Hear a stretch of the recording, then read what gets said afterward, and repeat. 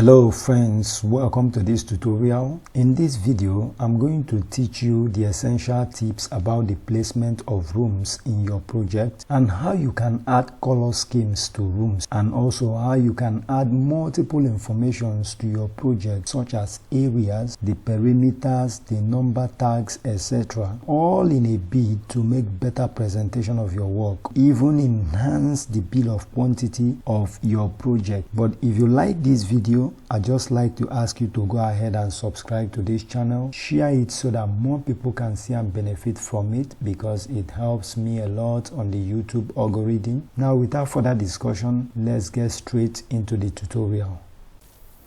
Alright, to get started with the color scheme, the first thing I have to do right now is just to go to my architectural.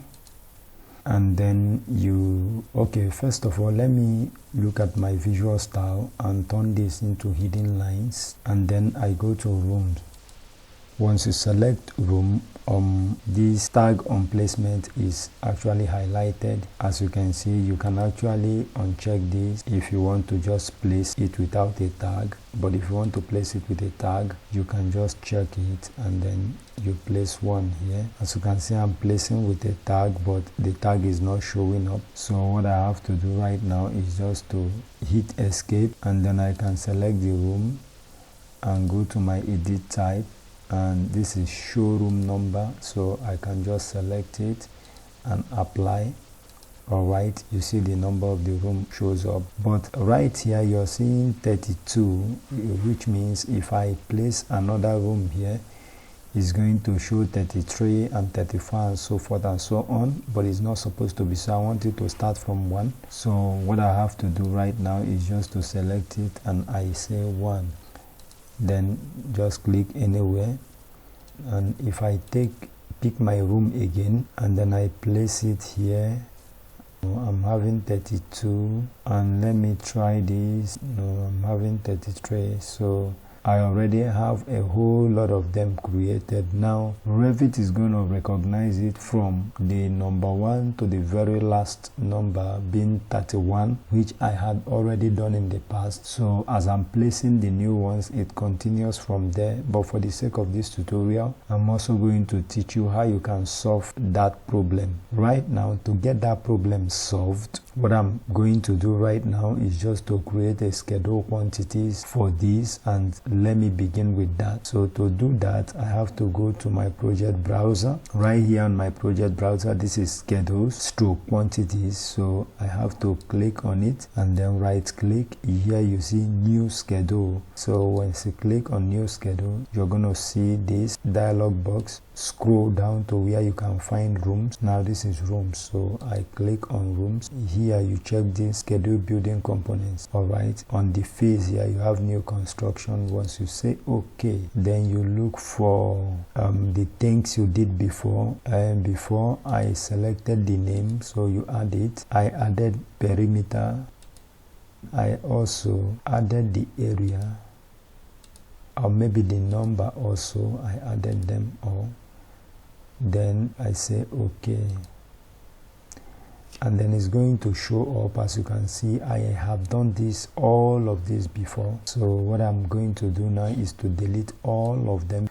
So once you click on the first one and drag it down, you right click anywhere, you see delete row, and then this will delete the 27 selected rooms and any associated room tags. Say okay. Then I also have to delete all of these, and then I can come here and delete this. So now I'm back to where I was. Now at this point, if I pick my room and place 1 there, you're going to see it as 34. But if I select the number and type 1 and just click anywhere outside, and then I pick the second room, if I place the second room, you're going to see it's going to show me number 2. Alright, so that is how to get that problem solved. Then I place this here and I place this here. Having too many rooms here, so I'm just going to take my time to place them all.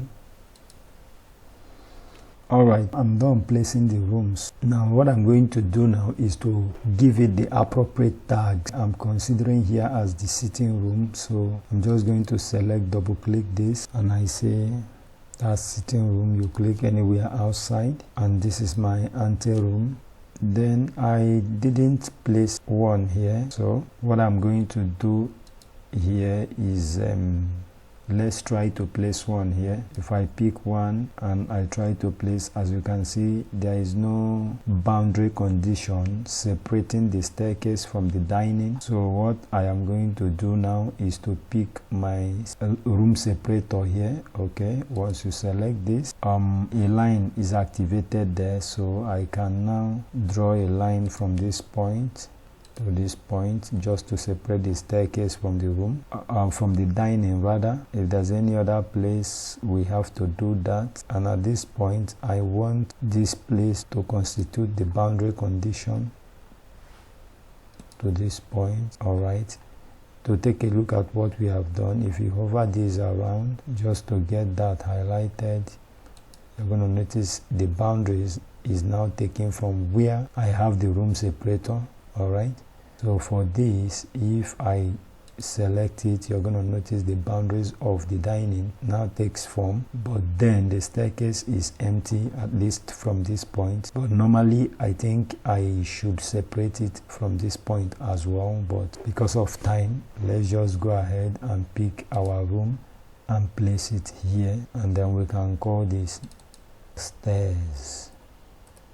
So we have all of this there, but there is something else I want you to notice. If you really want to know exactly what's going on, or if there's an error so far, what you have to do is to go back to this point, click on your room here, you come here, you see highlight boundaries. So once you highlight this, so you can notice that this place is empty. But for me, I wouldn't want to tag this point separately. I want just one tag to cover between this point and this point as the visitors WC. So what I have to do about that is to close here out in order to allow for just this tag to take care of this whole portion. Alright, what I have to do is to select the wall, come to this place, you come to your properties panel, and then you see room bounding, so you uncheck that. Once you uncheck that, if you hover your cursor around to check, you're going to notice that the boundary condition has enclosed up to this portion. All right, now the next thing I want us to do here, after I must have placed all the tags, is to take care of the thickness of the rooms. I'm looking at it, it's looking very big. So once you select any of the tags, you can go edit family. If you select either the name or the tag or the number, any of them, and go edit type, you're going to have the text size here as 3 millimeters. So we can just leave it at 2 millimeters instead of 3. So once you say apply, you can see it has reduced, and then you say okay. You can try moving this down and try to bring this, you load it back into the project, override the existing, so you can have this there. Using the move point there, you can move it to any desired position, just like that. Alright, so I like to go to level 2 and also place my rooms there. I go architecture, I pick my room and I start placing, and I come and I start labeling it. So I click on this. Okay, now at this point I'm done with the labeling, both the ground floor and the first floor labeling. So I go back to the ground floor. Let us add some color scheme to it. We just have to go to this place and drop down this, you see color schemes. So once you click on it, you're going to have this. If you drop this arrow, you choose rooms and click on it, you notice they appear. Here you notice it changed by the names, but if you want it by the area, if you place it there and say okay, the area of each and every one of those rooms appear here, but I prefer it to be by the name, and then you say okay. So this is the color scheme. Now at this point you can choose to change or just apply it first, and then you notice it didn't appear. but to have it appear here, your properties, and then you're going to look for color. You have the color scheme there. Once you click on it, you're going to have this. So what you have to do is to turn this to your rooms, and then you go by name also. You're going to see it appear here. So once you apply it and say OK, but if you want it in a very shortcut manner, go to your annotate, and right here under annotate, you're going to say color fill legend, and drop it here. So you have the legend. Now if you want to do something about the colors, maybe you just want to make some changes, once you select this legend and say edit scheme, now you have the option to work on them just the way you want it. All right, you can change the color if you like, or you can just adjust what you have already. So what I'm doing now is just trying to lighten it up, and then once you're done, you just hit apply and say OK.